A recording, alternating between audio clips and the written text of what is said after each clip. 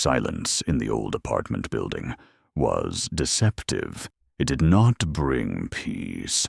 On the contrary, its heaviness pressed on the chest like a sticky cover that could not be removed. The walls seemed to absorb sounds, only to spit them back out.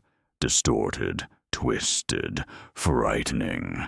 Especially at night, especially when Daniel Miller was alone in his apartment 4B. Moving here, it was his last hope. After losing his job and a series of failures, cheap rent seemed like salvation. The view from the window looked out over an industrial zone, abandoned workshops and rusting pipes that thickened the atmosphere of despair. The building was old, with creaky floors and endless ventilation grills. These grills, black rectangles, looked at Daniel from every corner of the apartment, like eyes. Sometimes it seemed they were watching him, waiting. 3 nights ago, he heard a strange sound for the first time. Egugu. A thin, wet, almost childish sound, as if a child was choking on laughter underwater. The sound came from the ventilation grill above the bed. Daniel closed his laptop and froze. The silence stretched like a string. "Baba," he whispered, his voice trembling. A cold lump formed in his chest. He approached the wall and touched the cold metal. "Who's there?" he asked, trying not to show fear. There was no answer, only the smell of damp earth and wet cardboard, like after rain on an abandoned construction site. In the morning, he asked Mrs. Gable, the neighbor downstairs. "Do you have children?" "A child." The woman adjusted her glasses, her eyes dim. "There have been no children in this building for 20 years, dear. Only old people and loners like you." Daniel met a construction worker in the basement. He was patching a hole in the foundation. "Do you hear noises?" he asked, wiping sweat with a dirty glove. The house was built on the bones of an old factory. There was a boiler room. They say in the 50s, a water tank burst. A couple of workers were scalded alive. The walls remember pain for a long time. Daniel did not believe in the memory of the walls until he heard the name. "Dani," whispered from the ventilation in the kitchen. "Ply. Cold," he called the management company. The manager yawned into the phone. Ventilation doesn't transmit sounds, maybe birds or pipes humming. But that night, the voice was closer, in the living room. "I woke up, dark. Scratch." The last word was accompanied by a real scraping, as if a nail was scratching metal from the inside. Daniel taped the grill with duct tape. At 1:17 a.m., the tape was torn from inside. The strips hung like wet skin. The next day, he went to the city archive. Dusty folders, building plans from 1953. Basement, first floor, second. His fingers trembled as he placed the plans on the scanner. Apartment 4B did not exist. Instead, there was a note. Boiler room, tank number 3. Depth 8 meters. That evening, the voice sounded again. "Bubo. Da-da." Tears or water dripping into emptiness. Daniel pressed his ear to the grill in the bathroom. The metal burned with cold. "Open the grill. It hurts." He recoiled. He had no children. Never. "I'm stuck." The next night, the voice filled the entire apartment. Bedroom, kitchen, bathroom. The whisper turned into an empty chorus. "Darkness. Water. Cold. Don't you hear?" At 11:45, the light suddenly went out. It didn't flicker. It just went off immediately. Only the moonlight cut through the windows, casting gridded shadows on the floor. And then Daniel saw, on the kitchen linoleum, Right under the ventilation grill, a print. Small, wet, with 5 fingers. He grabbed the flashlight. The beam trembled in his hand, catching the grill from the darkness. Something glimmered in the black hole. Not an eye. No. Something white, round, like a porcelain button from an old lost jacket. Da-da! The whisper touched the back of his head. Warm breath on the neck. Daniel turned sharply. The door. It was sticking. The handle wouldn't turn. The lock jammed. Don't leave. Sobbing poured from all the ventilation holes at once. A vibration ran through his bones, like the ringing of a distant death bell. Daniel pressed his back to the wall. The flashlight fell, rolled on the floor. The beam hit the grill in the bedroom. There, something moved. Small fingers, pale. With veins like marble, they gripped the inner bars of the grill. Help, I'm falling. The voice pierced the darkness, losing its childish tone. The day when you poured concrete into the tank. Daniel froze. The tank's the basement. That very accident he had kept silent about for 10 years. He worked as an assistant on the house repair. The foreman shouted, "Pour! Faster!" A child's cry came from under the floor. But there was big money and fear of prison. Cold air blew from the ventilation, mixed with the smell of dampness and sweet rot. The fingers on the grill squeezed tighter. The metal screeched, bending inward. "Open the grill, da-da!" The voice became feminine, cold, timeless. "I've frozen under you, in the dark, for 8 years." The flashlight glass cracked. The light went out. In absolute darkness, Daniel heard a dull sound, a thud. The grill in the bedroom collapsed to the floor. From the black rectangle in the wall, a hand slowly emerged. In the hand, a sleeve of a worn red and black striped jacket. That very Lisa, the foreman's daughter. That very girl who disappeared the day before the accident at the construction site. "I'm home." It hissed from the dark hole. The air became icy. "Now it's your turn to rot in the dark." A cold wind hit Daniel's face. The ventilation howled with thousands of voices. The last thing he saw before the darkness swallowed him. 2 porcelain buttons, glowing deep inside the shaft.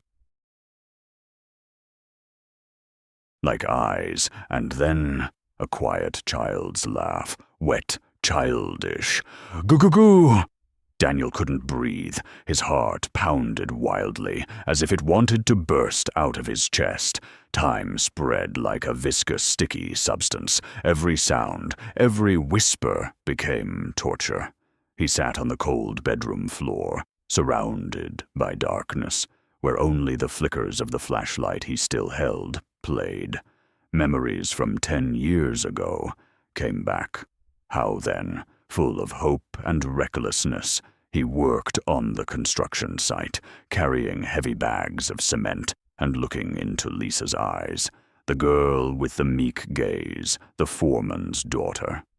That day, Daniel remembered every moment, how they poured concrete into the tank, how the foreman shouted, "Faster!"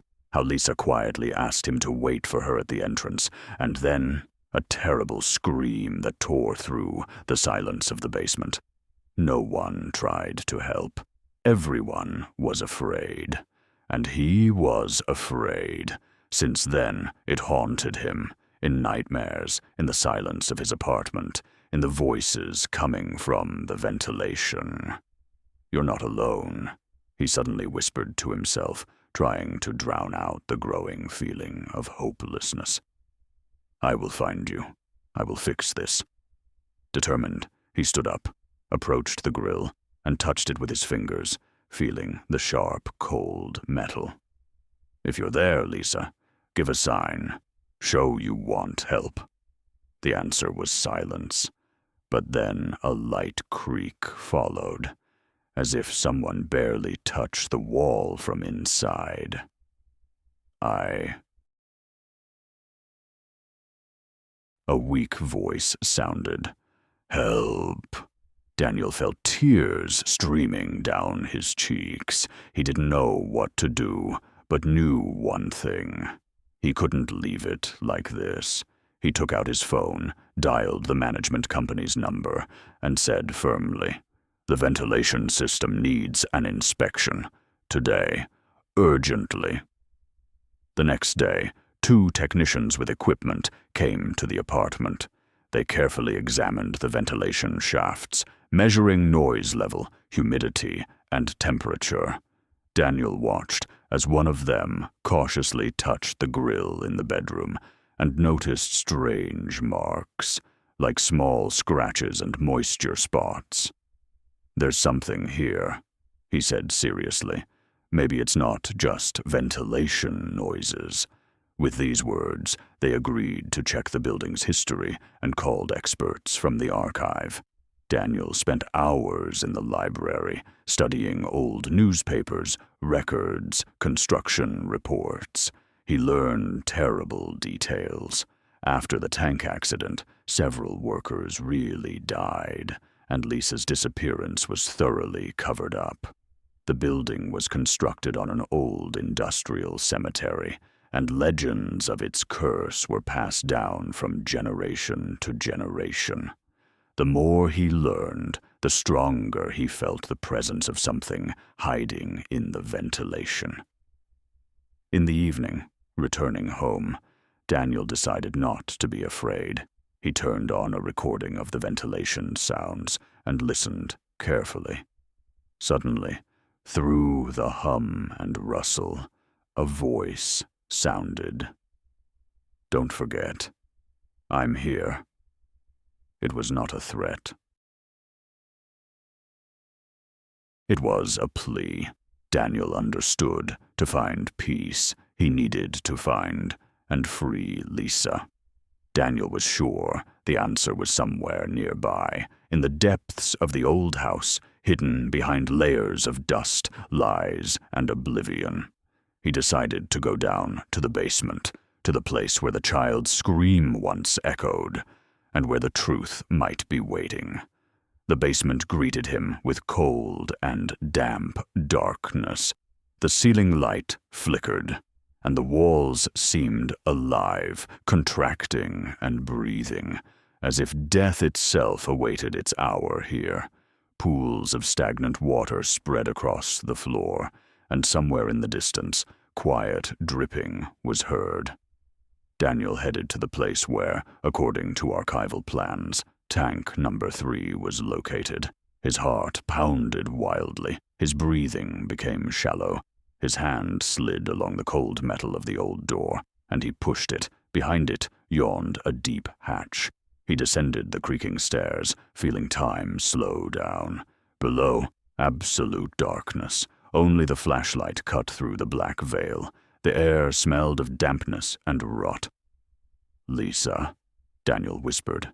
Suddenly, the silence was broken by a faint cry, like a ghostly voice piercing to the bone. "Help me." Daniel stepped forward and heard a rustle. From the shadows appeared a figure, a little girl in a torn dress. Her eyes glowed with a porcelain shine, and her hands, like marble, reached out to him. "You forgot me," she said softly. "But I did not forget." Suddenly, the floor beneath Daniel creaked and cracked. He fell into the cold water of the tank. The cold burned his body, and the darkness around grew thicker. He tried to rise, but something pulled him down. "Why?" he whispered, his voice trembling. "Why are you here?" "Because you forgot me," Lisa repeated, and her voice became an echo of pain and sorrow.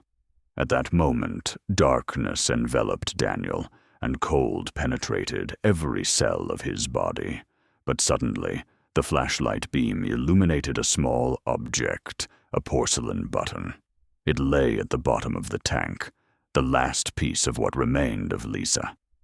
Daniel clenched the button, feeling a surge of strength and determination. "I will fix this," he whispered. Struggling out of the water, he returned to the surface and left the basement. Outside, the night seemed brighter, although in his soul, darkness still remained. Sprosit